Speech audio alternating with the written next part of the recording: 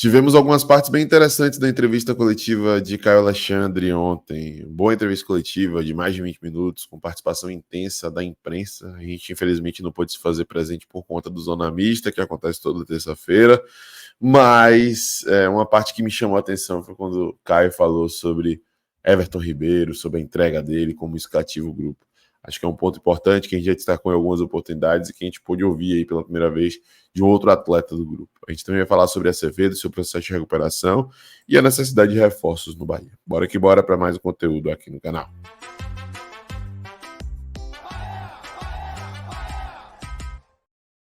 Fala, nação tricolor ligada, não sou mais Bahia, tudo beleza? Barbaço na área, tô aqui para começar mais um vídeo, dessa vez mais um plantão tricolor com as últimas informações do Esquadrão de Aço para você, torcedor do Bahia, ficar muito bem informado. Chegou? Deixa o like, se inscreve, ativa o sino, no mínimo 3 conteúdos por dia, e claro, compartilha com geral para dar aquela moral muito importante pra gente. Vamos começar com a coletiva de Caio, olha o que ele falou no final. Caio, boa tarde. Você falou sobre ajustes que foram feitos para o Bahia sair dessa sequência que vinha tendo sem conseguir vencer. Falou sobre as disputas, meio campo, finalização de fora da área.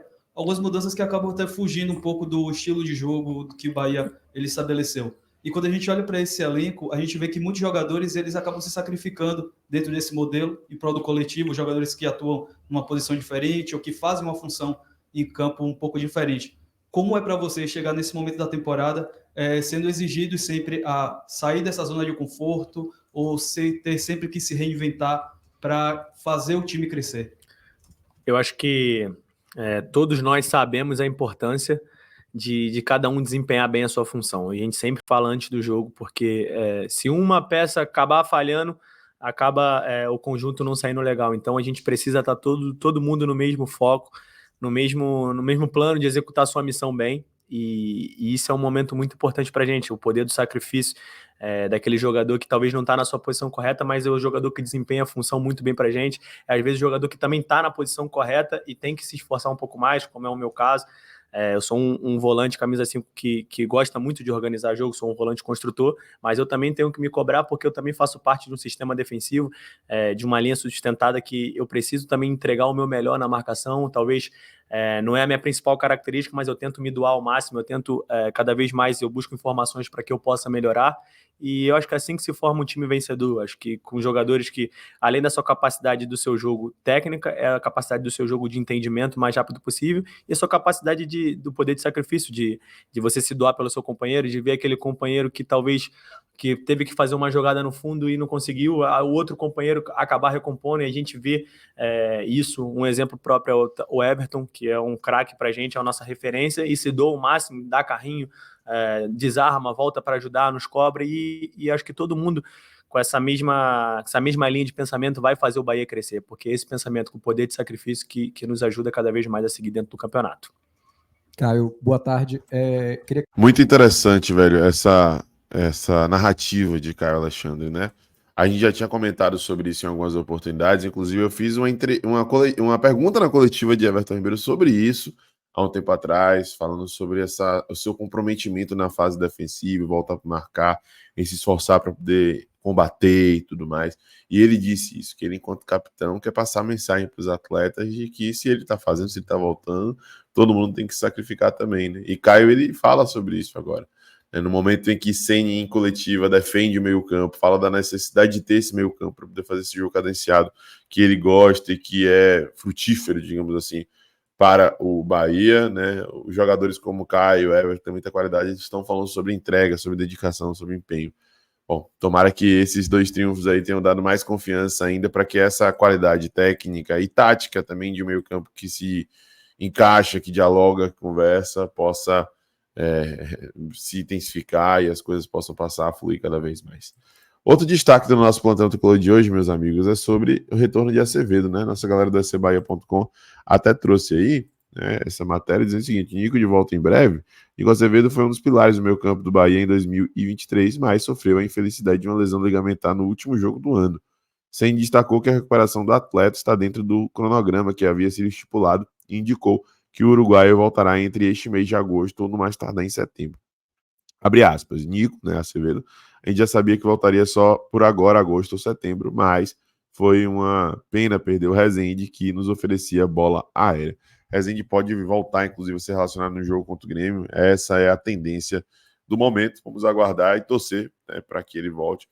Assim como o Nico, né, que é uma peça importante para esse time, contribui muito analisando o plantel de maneira geral, para poder, né, de certa maneira, entregar uma outra variação de jogo para Rogério Ceni, ou ser um jogador com características um pouco mais próximas a de Caio Alexandre, já que Rezende muda bastante a característica do time, porque ele mesmo tem valências diferentes.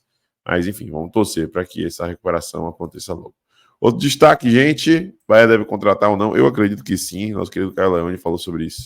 Isso, Luiz, diga uma coisa, como é que anda o mercado do Bahia? O Bahia não vai contratar ninguém, não? Repórter aí, meu irmão de Irará, você que é o informado. Repórter aí, Nilson Luiz, nenhuma contratação. Fala, Nilson. Olha, a princípio, né, o Bahia tá com o elenco formado, né, o último foi o Lúcio Rodrigues, teve o Iago Borducci antes, né, o Bahia tem ainda alguns dias ainda até setembro para poder contratar e fechar o ano com um elenco mais robusto, né, mas eles não estão desesperados não, né, só se aconteceu uma situação muito, muito interessante ao clube. Conversei com uma pessoa do Bahia agora domingo, depois do jogo lá na Zona Mista, ele me disse que o orçamento para esse ano já foi, mas pode se conseguir mais, a depender, aparecendo um atleta importante, uma coisa boa para o clube, que não seja onerosa, o jogador pode desembarcar em Salvador, mas contratações do porte das últimas que foram feitas não acontecerá mais até o fechamento da janela. Ô Nilson, me permita aqui, Ivan, o meio campo do Bahia, Caio Alexandre, Cauli, Jean Lucas, Everton Ribeiro. Lúcio acabou de chegar, 65 milhões. Você tem nas laterais Luciano Juba, que se adaptou muito bem à função, não precisa nem citar o clássico, você tem Iago Borducci. Você tem Santiago Arias na lateral direita e tem Gilberto. Na zaga você tem Canu, você tem o Gabriel Xavier que está fazendo uma grande participação, pode ter uma carência ali. No banco de reserva você tem Vitor Cuesta, você tem Carlos De Pena, você tem Vitor Hugo, você tem vários jogadores que poucos times no Brasil têm. Se a gente olhar para o Bahia como se fosse um elenco de Z4 ou um elenco de meio de tabela, a gente vai perder a capacidade de cobrança, de entender que esse time tem capacidade sim de chegar a Libertadores. Porque a forma que se comenta parece que o Bahia é cheio de carências. Olha os outros times do Campeonato Brasileiro da Série A. Olha o meio de campo. O meio de campo do Bahia está entre os 3 melhores. Tem Flamengo, tem o Palmeiras, tem o meio de campo do Bahia. Olhe o que o Bahia tem nas laterais. Então, assim, desculpa, assim, aí já é demais. Você acha que a todo momento o clube precisa contratar, traz um caminhão de jogador? Pra quê? Pra quê? Pra satisfazer a quem? O ego do torcedor, que contratou mais um Everton Ribeiro? Ou vocês têm um número 10 chamado Everton Ribeiro, que tá jogando uma barbaridade. Então, assim, sai um pouco da contratação, vamos olhar o trabalho. Esse Bahia pode jogar mais futebol também. Acho que isso deveria ser a palavra de ordem pro torcedor. O plantel Bahia tem. Foi o que o Rogério Ceni disse em uma coletiva agora, que ele tem a intenção de recuperar alguns atletas que não estão bem, né, do que contratar um novo jogador. Ele tem jogador que ele acha que pode render mais, como você acabou de falar. Eu preciso fazer que alguns atletas... Cauli, um exemplo. Excepcional em 2023 e esse ano ele não jogou o que jogou ano passado. Verdade. Então ele entende que ele pode tentar recuperar um atleta. Vamos, se ele recupera o Cauli para o Cauli de 23, seria uma, entre aspas, uma nova contratação top. Biel, Ademir, todos os jogadores de lado de campo. Tassiano, que é o jogador coringa que qualquer time tem. Renato até hoje fica frustrado de ter perdido Tassiano. Então são muitas opções. Eu concordo em partes com meu irmão Caio Leone, que sempre traz análises extremamente precisas, né? E o que eu vou falar aqui talvez espante alguns, mas eu acredito que a gente ainda precisa de contratações para compor elenco.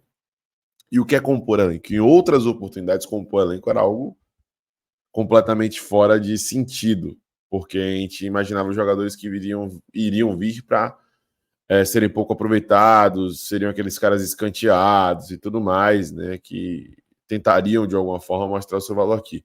Eu acredito que compor elenco nesse caso é contratar jogadores que não estão no nível de Caio Alexandre, Jean Lucas, Everton Ribeiro, Cauli, por exemplo, Lúcio, etc, área, Juba e tal, mas são jogadores que chegam com a capacidade de substituir esses caras numa rotação próxima, mas talvez não com a entrega técnica próxima, né? Não a entrega técnica similar, talvez próxima.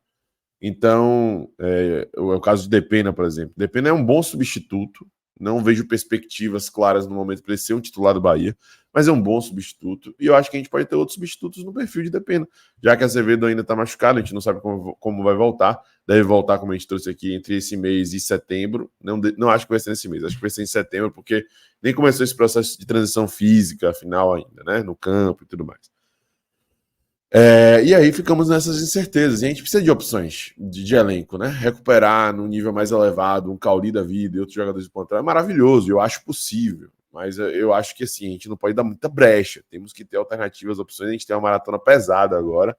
E se já tivéssemos jogadores para poder suprir determinadas carências que tivemos aí, talvez essa maratona fosse menos difícil para o Bahia. Mas enfim, é isso. Vamos aguardar. A janela ainda está aberta, vamos torcer para que alguma coisa nova aconteça. Deixa o like, se inscreve, ativa o sino, compartilha. Um abraço, até a próxima. Eu sou Mais Bahia, eu sou Maior do Nordeste.